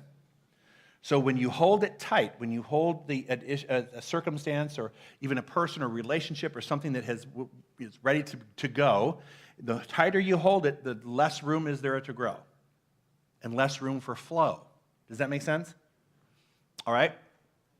So what if you held things more softly? Will you do me a favor, Steve?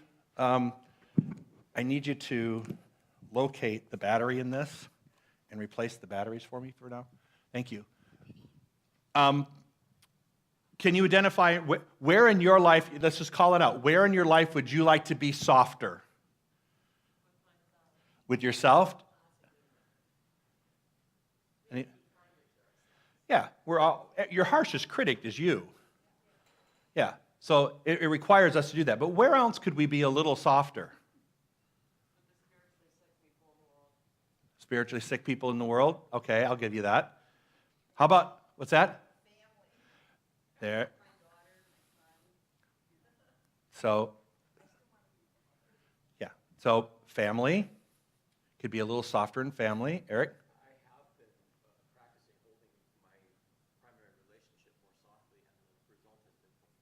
Yeah, when you practice holding softly, the results will be astounding. You know, when people don't feel like you're choking them, right, or controlling them, if you hold them softly, gently, they're going to be more apt to stick around. Who wants to be on a choke collar all the time, right? Give freely. Yeah, I mean, they want to participate. They want to be engaged. All right. Can you identify any opinions or points of view that you were unwilling to surrender? Are there any opinions or points of view that you are unwilling to surrender? I have a lot of them. I have a list. This is one area that when I did this lesson, this is the one that I just, that I have a lot of opinions around. Let's just say that. When I look at the world around us and I look at what's going on, I become very opinionated, right? I don't express them here, but I certainly express them in my mind. So when I have those feelings, I have to understand, how do I cope with that? What block am I creating when I start moving into that place? And do I voluntarily go into that place? Chris mentioned the perfect scenario. We voluntarily go into watching the news and social media, and we voluntarily go into a place knowing full well that there's probably going to be something on there we're not going to like. That's like going into 31 flavors and knowing and picking the one you don't like, but you're going to take a bite of it anyway. Right? I'm going to do it because that's just what you got to do. So how much do we is self-imposed on this particular topic, where we have the opinions we're not willing to surrender, or opinions, things like that. All of those are self-imposed, and if I know I'm imposing them, and I know that I'm creating the block, then I can't blame the block for showing up in areas that I'm not clean. In other words, I have to do you know how they clean the arteries? They do what they call a bypass, right? Where they roto-root the arteries, that's it. So look at this, we have to roto-rooter our own arteries, our own ideas, so we can clean up, so we can improve the flow. It doesn't mean the flow won't exist. It just means that, once again, go back to the spiritual pasta maker.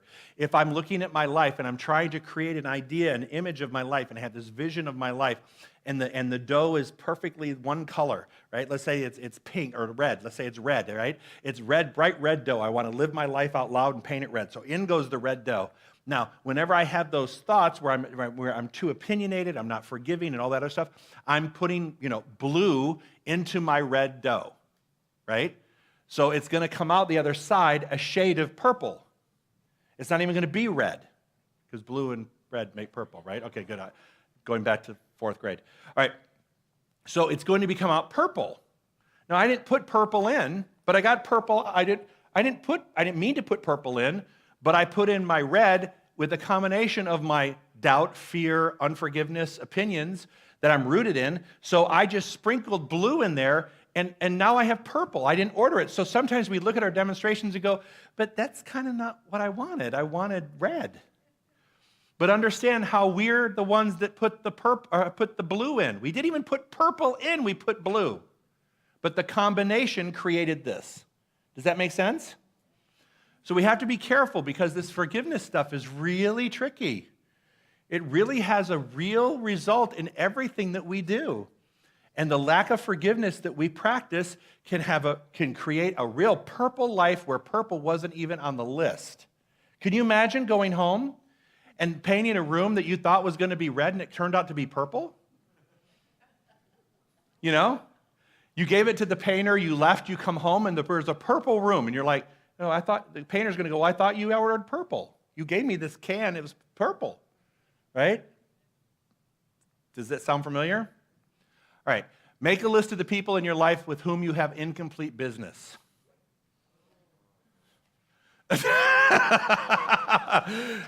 Some of you are going to be here a while with that one.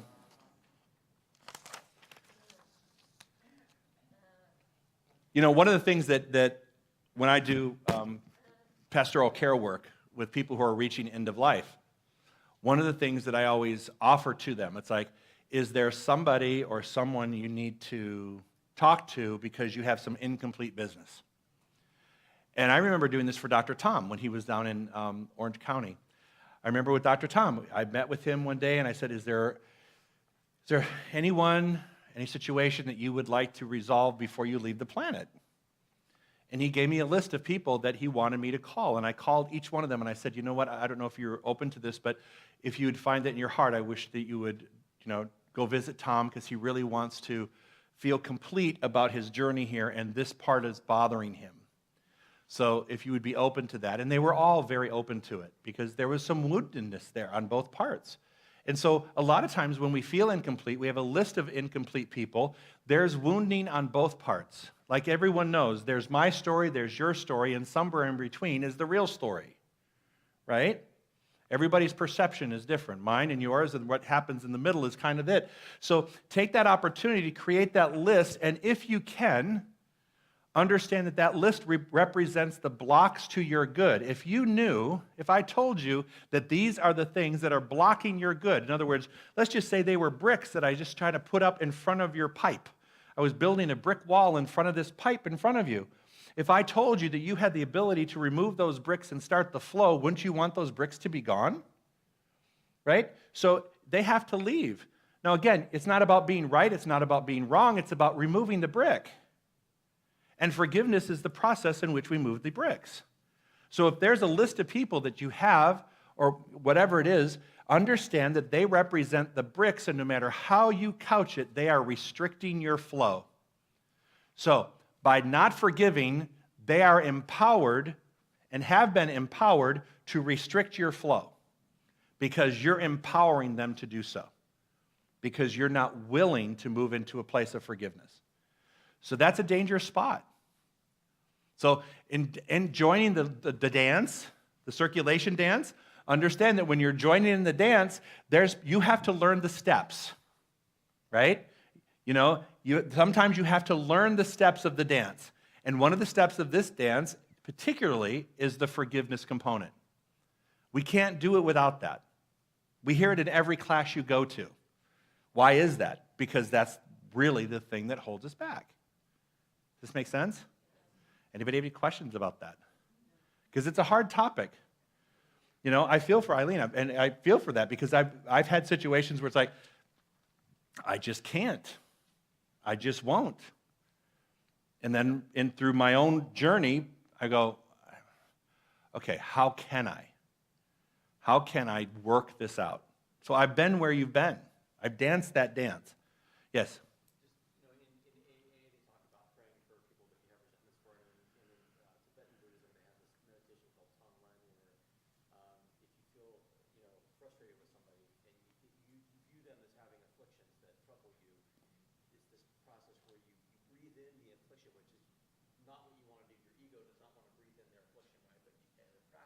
Right.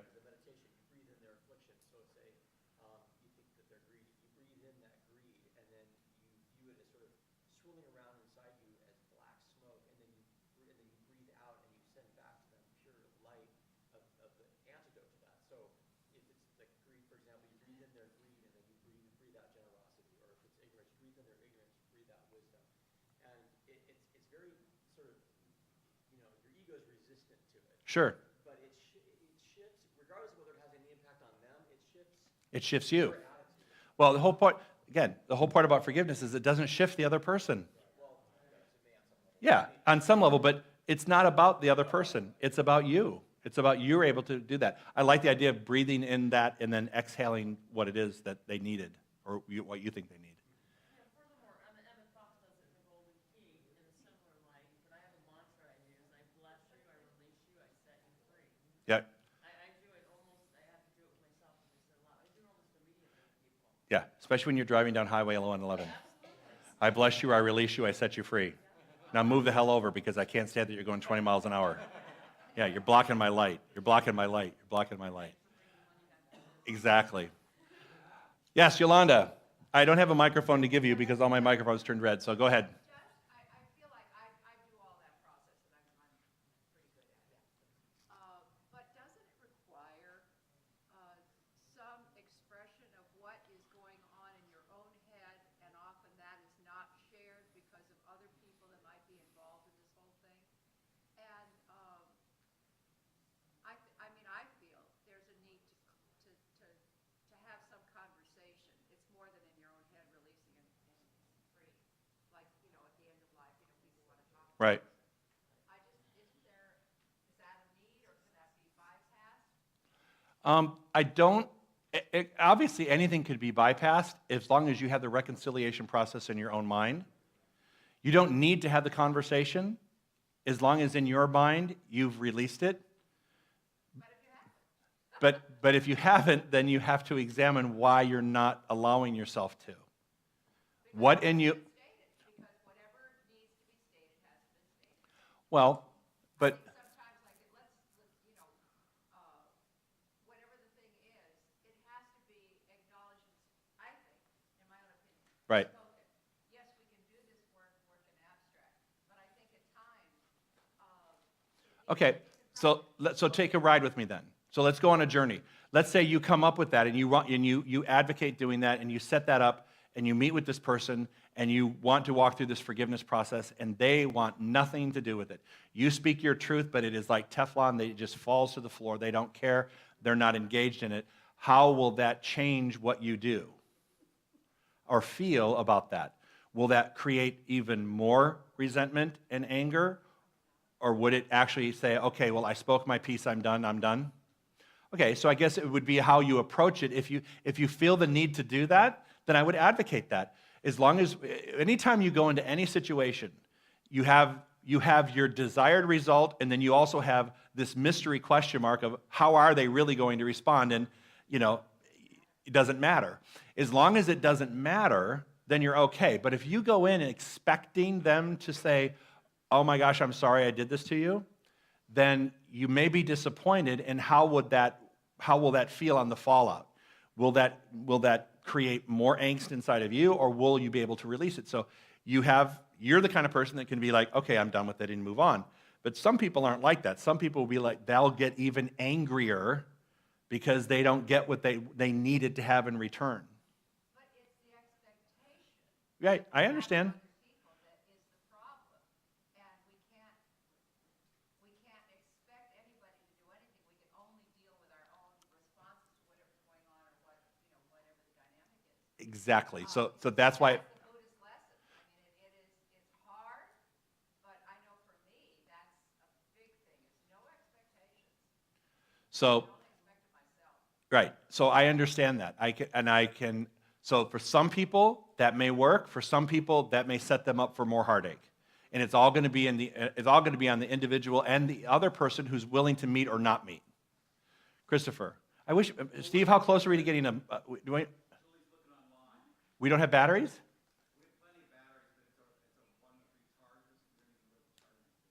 Oh, oops. All right. Well then, hang on. Here, come get this one for me, please. I don't know if this is same one. If it's a problem charging, then we'd have to have another conversation. Chris, go ahead. Okay, so there's an expression, and I think I have it right, which is I can show the horse the water, but I can't. You can lead a horse to water, but you can't make them drink. Right. And so I think, I mean, I'm kind of Right. following that in relation to what Yolanda was saying, which is, there's this act of forgiveness, and then we have, but where do we say also, hey, I also need to communicate what I think could be a solution without the expectation that they, it's like or I'm going to communicate my boundaries, like, because at some point we can forgive someone, but if you also want to posit, like, here is a direction that you could or could not take, and that is entirely up to you. Okay, so then let's take that a step further. So let's say I want to exercise forgiveness with you. You and I had a falling out, right? And I want to have a meeting with you so that we can work through this because there's a wedge between us. Don't like this wedge. All right? So we have this discussion and we talk about the forgiveness. And then what you're saying back to me is you would want to say back to me, look, can we handle this differently in the future? Is there something we could do differently so we don't experience that again? I think those are worthy conversations to have if you're going to continue to maintain having a relationship. If you're going to continue to have a relationship with that person, I think it is very worthy of saying, okay, now that we got through this, now how do we avoid this in the future? Without giving them an opinion, without giving them the remedy, walking both people to the water. Because a solution probably won't be just yours or just mine. It's going to have to be a combination of both. So having the dialogue, but leading the dialogue in a spiritual way, you could say, you know what, in the future, this is what, you go back to the I felt, found. Feel, felt, found, have you ever worked with that? Feel, felt, found. I feel this way, I have felt this way in the past, and what I have found is this is what helps me. So you're not giving them their opinion. You're saying, I feel this way, I have felt that way in the past, and I have found that this is what helps me.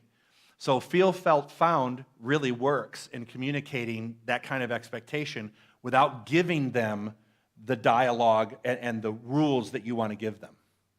Does that make sense? No, it doesn't make sense, but I do agree that sometimes we want forgiveness, but we also want, I mean, you can forgive someone and say, I never want you as part of my life again, I forgive you. That's the easy one. I mean, but usually there's like, we're still tethered, and I forgive you, but I kind of want to set a new set of like. Yeah, no, I totally agree with that. And so that that's a method that I have found works. Because that way they feel like they're not being told what to do. They're only being told how you feel. Right. Because that's what's important. I'm not going to tell you how you're going to feel or what you're going to have to do. We have to come to that together. I agree, totally agree. So can I add something? Sure. I'm beating red that I just died. Go ahead. Maybe I shouldn't answer No. I just came back from a vacation where I was in company with my ex, whom I left 20-something years ago, okay? And we have had a very cordial, superficial relationship. We have a child in common, blah, blah, blah. And he said casually in front of me, yeah, there were some mistakes in the relationship. It went past the group. So I phoned him the next day.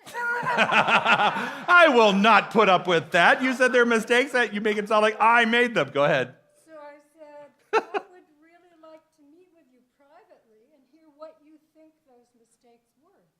Right. Well, where I'm going to go is that I didn't know what the hell was going to come out of that conversation. But the bottom line that we got to was willingness. I was willing to hear what he thought the mistakes were because I had my own agenda. And he was willing to actually confront or be confronted. Right. Right? So when we got there, I said to him, well, after some pleasantries, because neither one of us was really ready to get into it, I said, okay, let me hear what you think was wrong. I said, and then I'm going to yell at you. So choose your words carefully because you're about to eat them. Yeah. I said, and then I'm going to forgive you. And he said, well, I've already forgiven you. I've forgiven you for everything. Well, that was willingness. Right. It was willingness, and it was a wonderful conversation. So did he give you the list?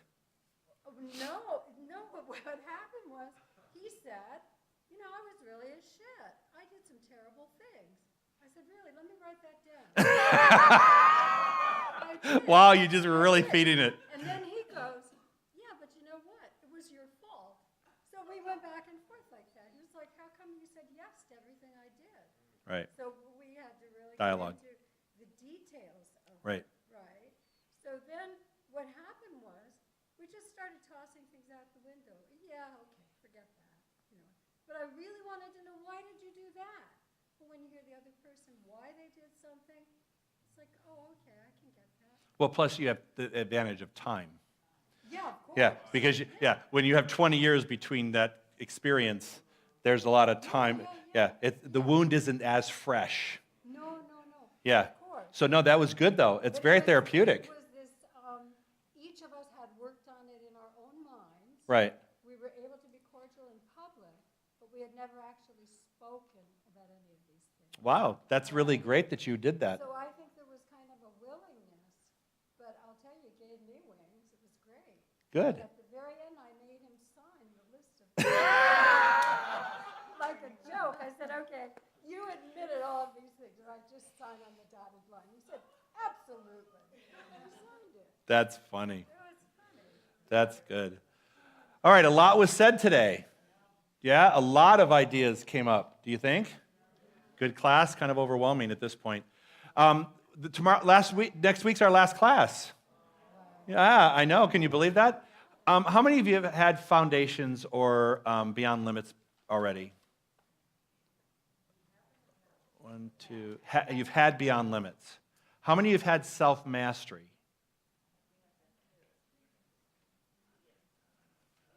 All right.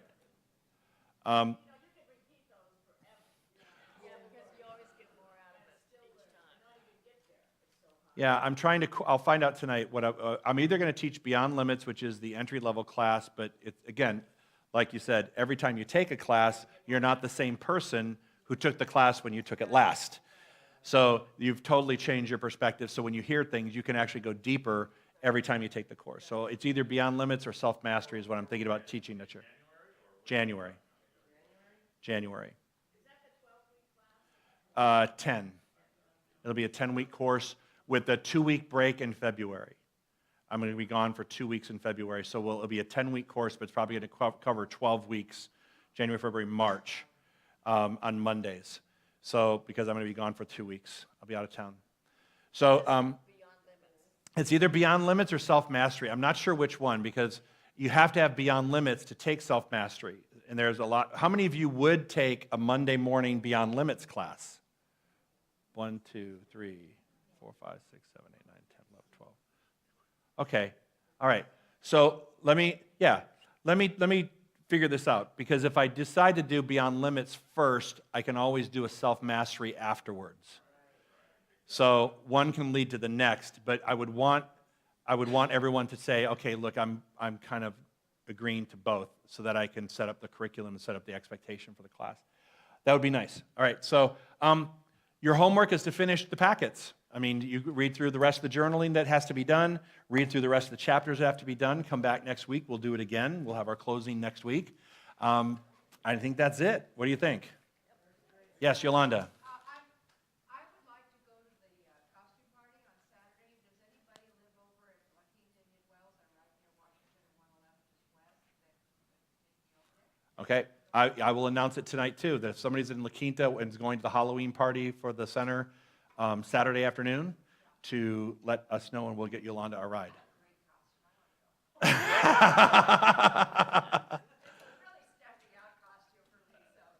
Okay, all right. All right, let's close our eyes. Let's take a deep breath in. What a great day. What a great day. Bless those who brought food and those who prepared it for us tonight there this afternoon. Thank you so much. We are so blessed to have that beautiful, beautiful snack as to nourish our bodies to move through the rest of this afternoon. And I bless each and every one of you for showing up today.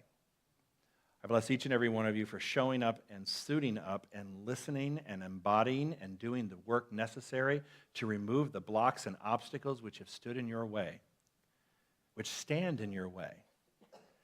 And so my desire for you is my desire for myself, and that is to affirm that there is only one presence and one power, one divine intelligence moving in, around, and through each and every one of us, myself included, and that the greater good for all of us now unfolds as we embody these ideas and practice what needs to be done in our life to remove the obstacles, to remove the blocks, and to allow the flow to move in, around, and through us. We are prosperous in all areas of our life. We are abundant in our relationships and our health. We are abundant in our finances and financial security. We are abundant in our creativity and our ability to do great work in the world and contribute to the ongoingness of this humanity. So in that idea right now, I simply say, thank you, beloved presence, for this beautiful experience. Thank you for the beautiful souls that have joined us in this room and also on the love stream. Thank you so much for being a part of this experience. We are so very blessed. And as I release my word, I let it be so, and it is so by saying, and so it is. So it is. Amen. Have a great week, everyone. Thank you for being here.